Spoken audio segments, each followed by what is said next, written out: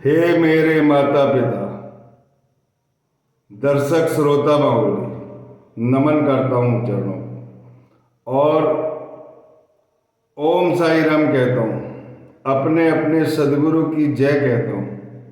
आपका सदगुरु और मेरा सदगुरु भिन्न नहीं है, सबका मालिक एक। इस बात को समझाने के लिए एक बालक ने भिक्षुक परिवार में पाथर्डी ग्राम में जन्म लिया, ब्राह्मण परिवार में हुआ और पिता के कहने पर उस बालक को पत्नी ने एक संत को सौंप दिया। मैंने विस्तार से कथा कही है, लेकिन विस्मृति ना हो इसलिए इसे रिमेंबर कराता हूं मैं, क्षमा करना। संत की जीवनी, बेटा बेटी ध्यान से सुनना। ब्राह्मण कुल में जन्म लेना परम सौभाग्य है। किसी भी जाति और किसी भी धर्म में यदि आपने जन्म लिया और सदगुरु के चरण आपके पास है, आपके हृदय में स्थापित है, तो आपसे बड़ा परम सौभाग्यशाली कोई नहीं है। बोलिए सच्चिदानंद सदगुरु साईनाथ महाराज की जय। 5 साल के बालक को मां ने एक संत को सौंप दिया।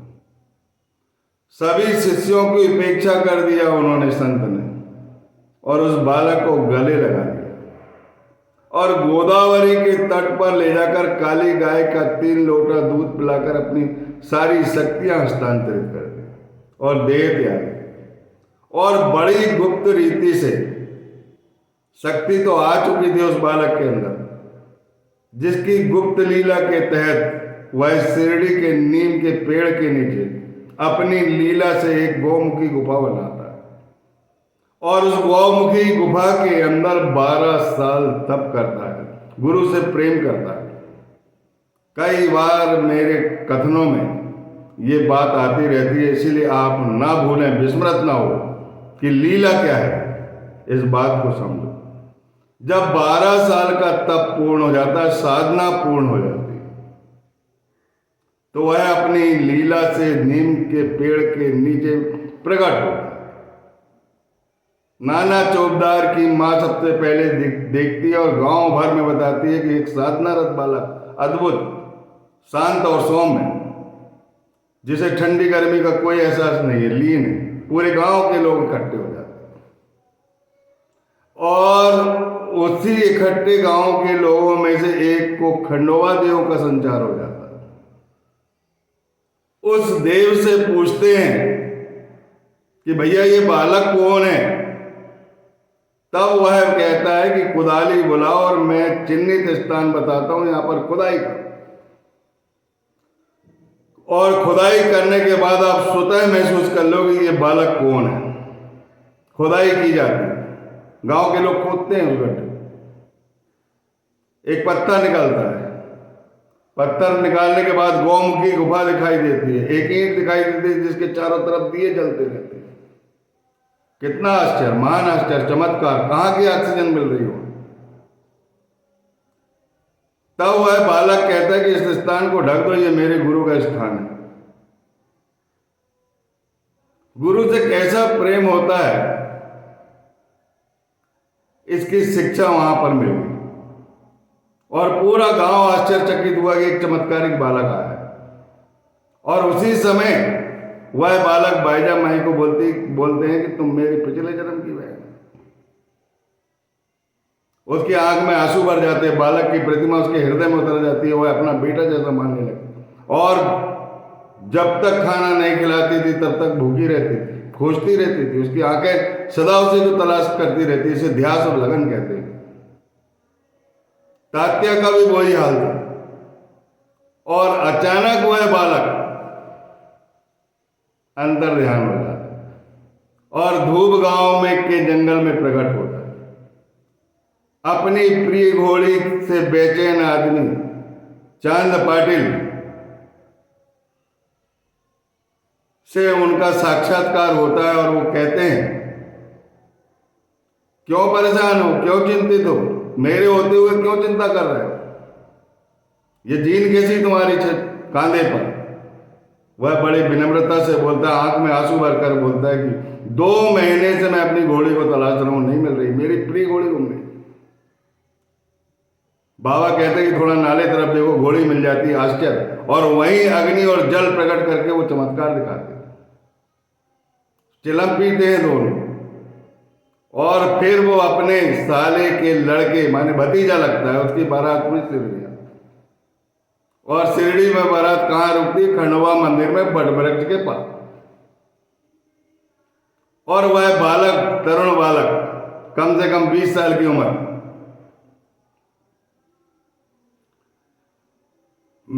से महलसापति का संवाद होता है। वो संवाद मैंने बताया, उन कथाओं को ध्यान से सुनिए आप लोग, आनंद आएगा, परमानंद की प्राप्ति हो। जब पूरे रहस्य खोल देते हैं वो महलसापति के जीवन के, उनके खानदान के रहस्य खोल देते हैं, उनकी समाज का रहस्य खोल देते हैं, और जीवन की सच्ची सच्ची बताने वाला आदमी उनके हृदय में घर कर जाता है। आओ साईं, साईं शब्द वहां होता है। फिर वो साईं जो है, बारात तो वापिस चली जाती है और साईं वहां रुक जाते हैं।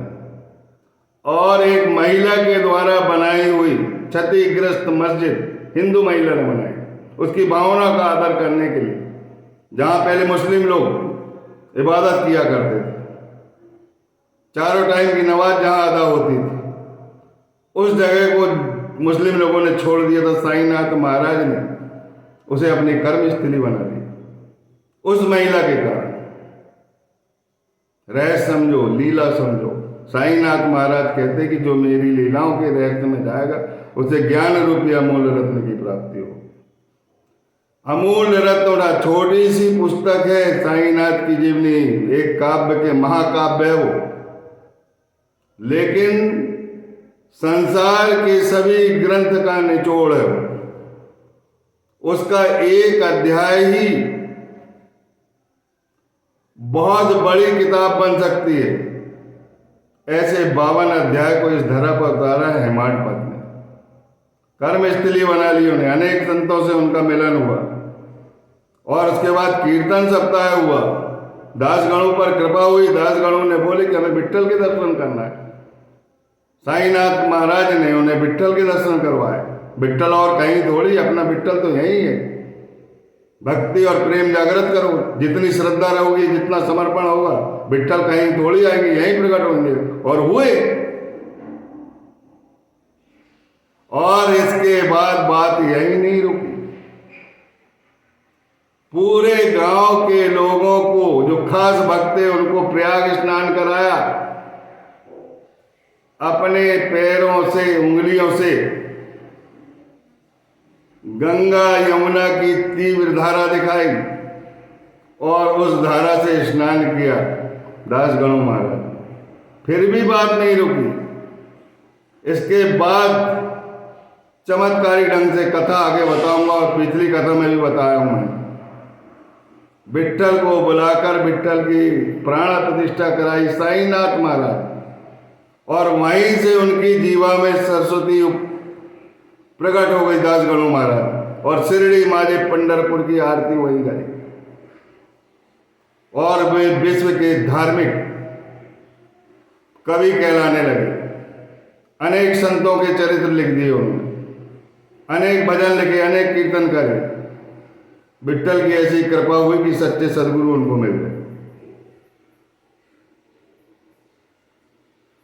इसके बाद साईनाथ महाराज की जो है फिर रामनवमी का उत्सव बड़े रहस्यात्मक ढंग से उन्होंने शुरुआत की, जिसके गोपाल राव गुंड, नाना साहब निमोड़कर, दामू अन्ना, ये 3 लोगों ने मिलकर के इस उर्स को प्रारंभ किया। और तात्या कोते पाटिल, माधवराव देशपांडे, राधा कृष्ण माई, दादा रामचंद्र पाटिल, इन लोगों ने बाहर के काम देखे, सबने काम देखे। 1897 में शुरू हो गया उर्स, और वो भी रामनवमी के दिन, क्योंकि बाबा ने सिर्फ रामनवमी की इजाजत दी थी कि रामनवमी के दिन यह उत्सव भरना चाहिए। और मुस्लिम संतों का भी सम्मान उसी दिन रात्रि में होता था। माने दोनों का काम है। एक ध्वज समारोह हिंदुओं का, और मुस्लिम के लिए वो लुभान उबान निकाल के संतों का सम्मान करते हैं और जुलूस समाप्त करते हैं। ढेर सारी धूप अगरबत्तियाँ, धुआं, लुभान की सुगंध, ये दोनों कार्यक्रम चलने लगे। लेकिन 1911 में विशेष परिवर्तन हुआ। दादा साहब खागा पाटे, जोगेश्वर भीष्म और उपासनी महाराज काका महाजनी, दादा साहब खापर्डे और जोगेश्वर भीष्म, जिन्होंने सगुण उपासना लिखी है, जिनकी 5 आरतियां लिखी गई है, और वो भी चमत्कारी ढंग से लिखी गई। कैसे आया वो भी बड़ी लीला है, अद्भुत लीला है। साईनाथ महाराज ने स्वप्न देकर बुलाया। ड्रीम साईं कहलाते हैं साईं। जिस प्रकार भगवान कृष्ण ने अर्जुन का सार्थ करके सारे संसार का उपदेश दिया है, उसी प्रकार इस कलयुग को नाथने के लिए और भाविक भक्तों को तारने के लिए साईनाथ महाराज का नाम साईं ने नहीं दिया है, मेहलता ने दिया। सा धन आ धन ई। सा माने सब कुछ, आ माने एक, और ई माने ईश्वर। और उन्होंने अपना नाम नहीं दिया, ये चमत्कारी ढंग से महलसापति ने दिया है। ऊपर से प्रेरणा हुई, क्योंकि उनका उपदेश ही वो था, सबका मालिक है। जब पिता एक है तो परम पिता कैसे अनेक हो सकते? अनेक नाम हो सकते हैं, लेकिन परमात्मा तो एक ही है। इतना सब काम करने के बाद उन्होंने मानव जीवन का महत्व बताया, और ये महत्व बताया कि इसकी सार्थकता तभी है जब आप अपनी इंद्रियों को अंतर्मुखी करोगे, मन को पवित्र रखोगे, और बुद्धि और विवेक को साधोगे और आत्मा के दर्शन करो, तब तो ये जीवन सार्थक है। नहीं तो है क्या इस जीवन में? क्योंकि भगवान कृष्ण ने कह ही दिया था कि मेरा अगला जो अवतार होगा वो संत के रूप में होगा, मैं स्वयं ही संत रहूंगा, और वो ही आत्मज्ञान देके इस कलयुग के तरण तारण करेंगे। और वो काम साईनाथ महाराज ने किया है। आगे और कथा आएगी। कृष्ण मंदिर बन रहा था, साईं कैसे बैठे? क्योंकि साईं ही कृष्ण है, ये सिद्ध है। इसके बाद आती है भिक्षावृत्ति वाली बात। अध्याय 8 में भिक्षावृत्ति के लिए कौन पात्र है? जो सर्व संग परित्यागी, जिसके ना बाल बच्चे हैं, ना स्त्री है, ना घर द्वार है, और जिसने ऐसा तप किया, ऐसी साधना की, जिसकी शिक्षा लेने से कलयुग भी, कलिकाल भी सावधान हो जाता है, और कष्टों को भी, सारे कष्टों को, सारे वेदना को, सारी संताप को, सारे पीड़ा को, सारे दुख को सावधान करते हुए वो जीवन को बाहर निकालते, भवसागर से पार करते हैं भक्तों। और वे सत्य ब्रह्म स्वरूप स्वयं होने के बाद भी भिक्षुक बनकर शिरडी में भिक्षा मांगा करते। और भिक्षा मांगने का एक ही उद्देश्य, अन्न ग्रहण कर। अन्न क्या, तो सूखा अन्न वो एक झोली में रखते थे, गीला जो है एक टर्मेन में रखते थे, और सिर्फ इसलिए भिक्षा मांगने जाते थे। उनके पेट में कोई भूख नहीं लगती थी, कोई स्वाद, जीवा में कोई स्वाद नहीं है। जिनने ब्रह्म रस पिया उसको जीवन में क्या स्वाद? ब्रह्म रस से ज्यादा स्वादिष्ट और क्या हो सकता है? वो साईनाथ महाराज की लीला है। उन्हें खाने पीने में कोई शौक नहीं था। लोग खाने पीने का इल्जाम लगाते रहे, हमें उससे कोई लेना देना नहीं। जो ब्रह्म रस को पिया है उसको खाने की क्या है? वो तो लीला है उनकी। घरों से भिक्षा लेना और उन्हें पाप मुक्त करना, उनके कष्टों को हरना, उनके संताप को हरना, उनके दुख को हरना, उनकी वेदना को हरना, और रोग दोष सब हर लेना। और हमेशा कहते हैं अल्लाह भला करे, मालिक भला करे, बाल बच्चे सुखी रहें। ऐसा भिक्षा देने के बाद एक ब्राह्मण द्वार पर, जिसके अंदर ब्रह्म का निवास है, अगर वो नहीं भी है इतना ज्ञानी, तो भी ब्राह्मण अगर वहां जाता है तो वो ब्रह्म का आशीर्वाद ही कहलाता है, उससे कष्ट हरे जाते हैं। और ब्राह्मण जो है दक्षिणा लेकर तुम्हारे कष्टों को हरता है, तुम्हारे कष्टों को वो स्वयं भोगता है और तुम्हें कष्टों से आज़ादी दिलाता, निजात करता है, सारे कष्ट को जलाकर राख करता है। वो जीवन में कष्ट नहीं आने देता, इसलिए वो भिक्षा मांगा करते थे। और भिक्षा मांग मतलब जो गृहिणी रहती है उसे 5 चीजों से गुजरना पड़ता है: पीसना, दलना, मांगना, धोना, अग्नि सुलगाना। अनेक काम गृहिणियों को करना पड़ता है।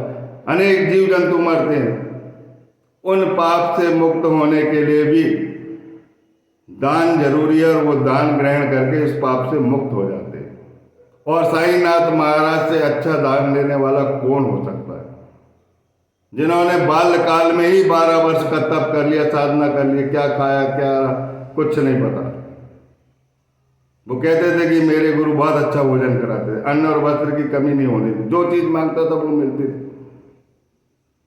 कैसा अद्भुत प्रेम था। 12 साल का प्रेम ये सिखाता है कि सदगुरु से ऐसा प्रेम करना चाहिए। माता पिता, बंधु, सखा, मित्र, पति, पत्नी, ये सब कोई काम नहीं आने वाले। ये जब तक के आपसे स्वार्थ रहेगा, तब जब तक इनका ऋणानुबंधन रहेगा, जब तक ये ऋण चुकाते हैं। लेकिन गुरु माता जन्म जन्मांतर तक के कष्टों को हरती, अगर श्रद्धा और प्रेम करें और भवसागर से पार करें। हे बेटा बेटी, साईनाथ महाराज ने कली काल को नाथने के लिए आत्मज्ञानी संत के रूप में शिरडी को अपनी कर्म स्थली बनाया, अपनी पुण्य स्थली बनाया।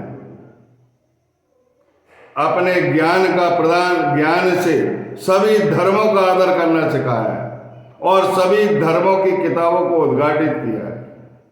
भागवत उनने पढ़ा है, महाभागवत उनने पढ़ा है, कृष्ण उद्धव गीता उनने पढ़ा है, कृष्ण अर्जुन संवाद उनने पढ़ा है, भावार्थ रामायण उनने पढ़वाया, वशिष्ठ योग वशिष्ठ उन्होंने पढ़वाया। ये क्या है? जहां शंख का नाद होता है, जहां चक्की चलती है, जहां धूनी में हवन होता है, जहां तुलसी और वृंदावन है, जहां फोटो की मूर्ति की पूजा होती है। कैसी अद्भुत लीला है।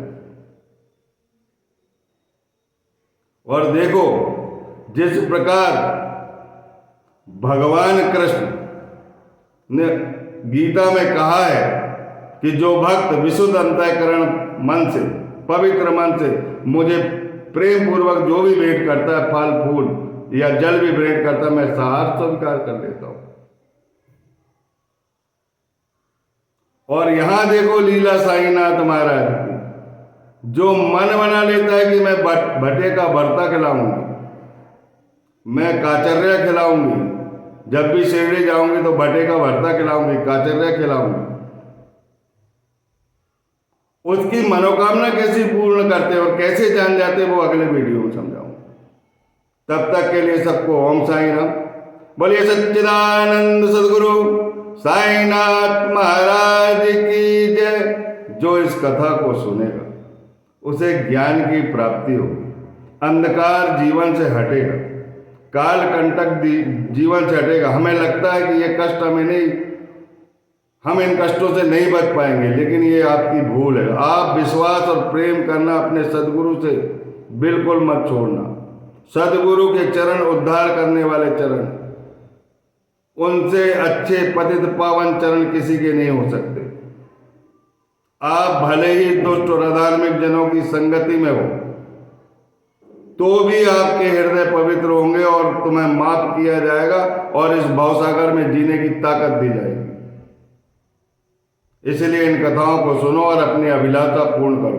और जो मनोकामना कलश चल रहे हैं, उन कलश को जो पोथी से वाचन हो रहा है, 52 मनोकामना कलश है, जिसमें अमृत भरा हुआ है, गंगा यमुना का तीर्थ भरा हुआ है, त्रिवेणी का तीर्थ है।